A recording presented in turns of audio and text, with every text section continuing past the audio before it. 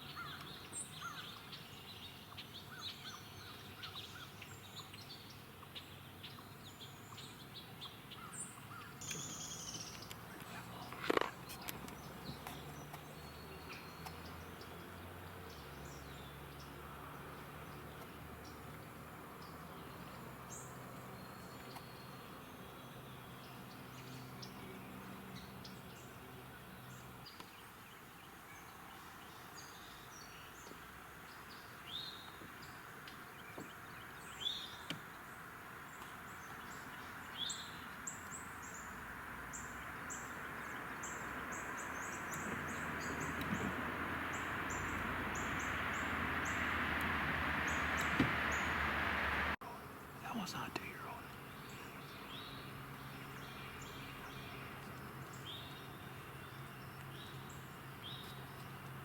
Are you looking at the one that's to the right or the left? There's one to the left of it. It's smaller than that one. It might be a 2-year-old.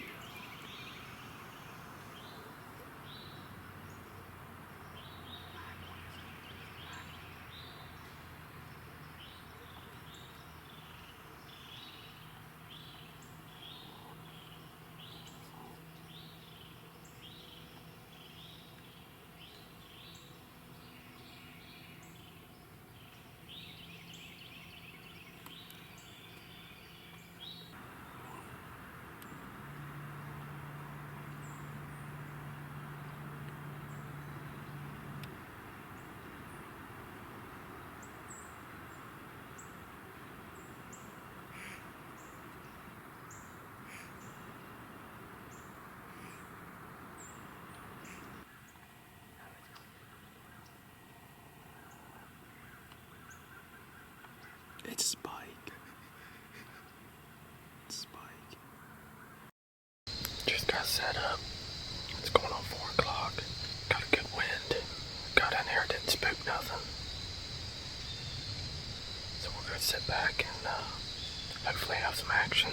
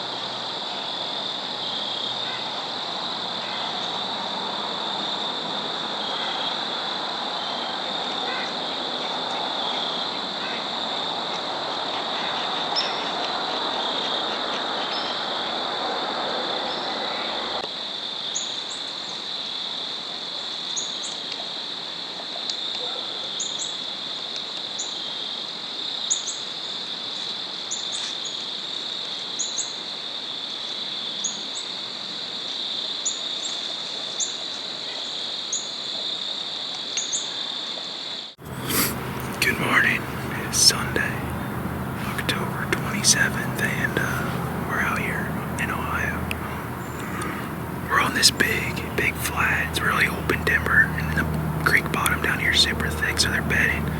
And then they had a clear cut a long time ago back on this ridge behind us. So it's bedding too, so I'm hoping to get bucks transitioning back and forth, trying to get some scrapes laid down. Get them in a transition area. I'm on this point, and I'm trying to get them cut in the corner, trying to get them to shortcut them bedding areas. So it looks really good. There was a doe and 2 fawns right underneath the tree when I popped up, so they kind of bumped off, but not hard. So hopefully we see something today.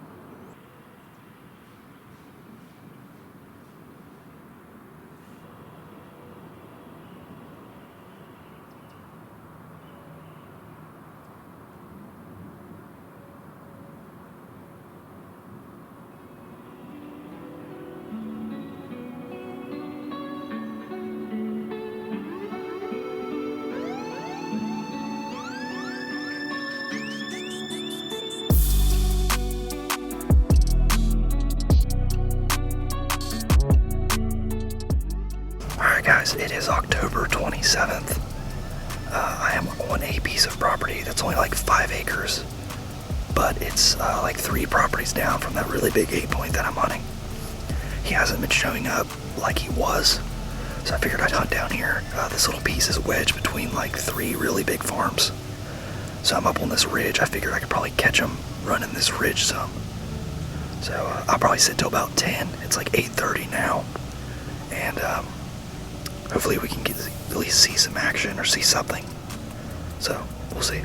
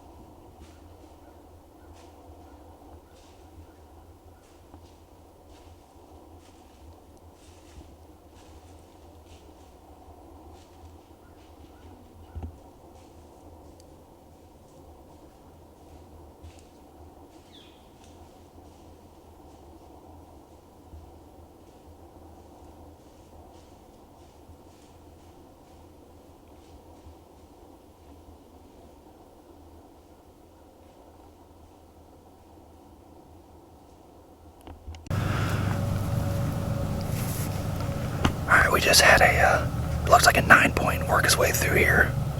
I saw the doe first, which is probably about 70 yards, and then I heard him grunting, running up the valley over there, and he was hot on her trail. He did not want to leave her. So that's pretty cool. It looked like a younger deer, but definitely cool to see him so intrigued by her. So they ran down over the hill. It's like 9. It's almost 9:30 now. I'll probably sit for about another half hour or so. But that's definitely a good sign. That's what I was hoping to see. It's definitely starting to get better in this area and starting to heat up. So that's awesome.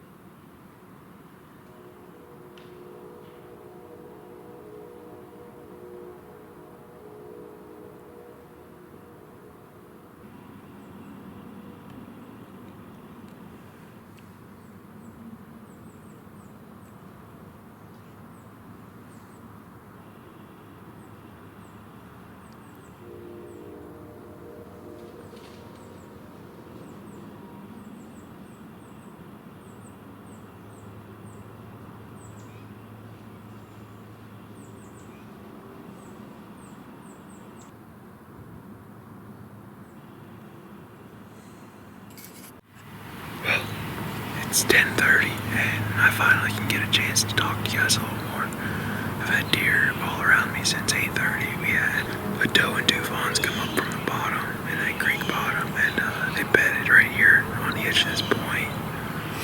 And then I was filming them and I look over and I seen a 6-point to start out with, and he was making a scrape to the left, and then a spike came through and got to like 25 yards. And just my wind's my thermals were pulling that way a little bit this morning, and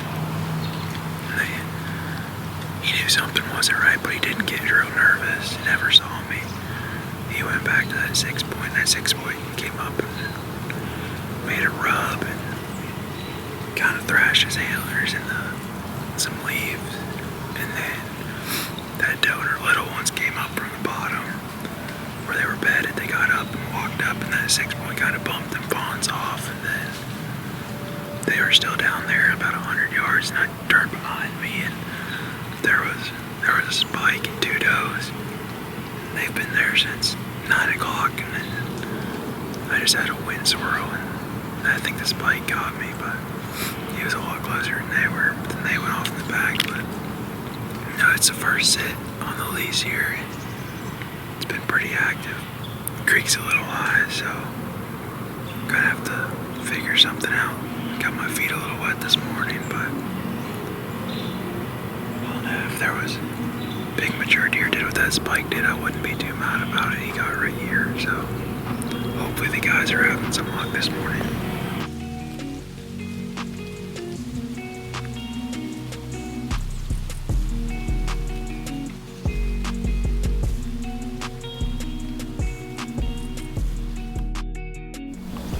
Alright, I'm set up. This is the same tree that me and Mason saw that smaller buck in episode 4, I think.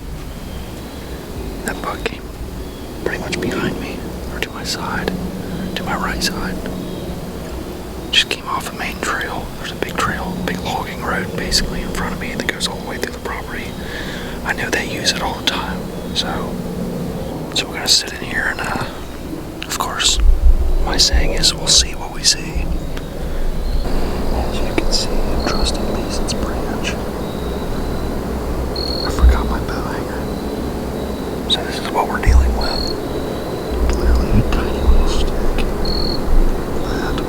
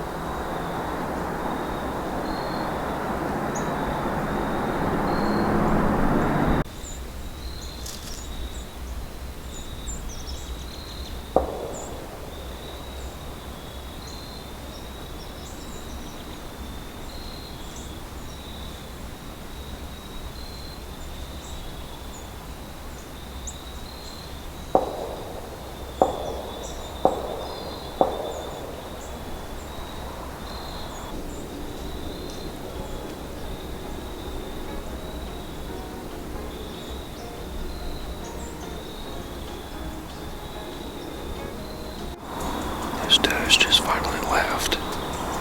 Just a fawn and her mother. There's a big green field over here. I don't know if you guys can see it or not.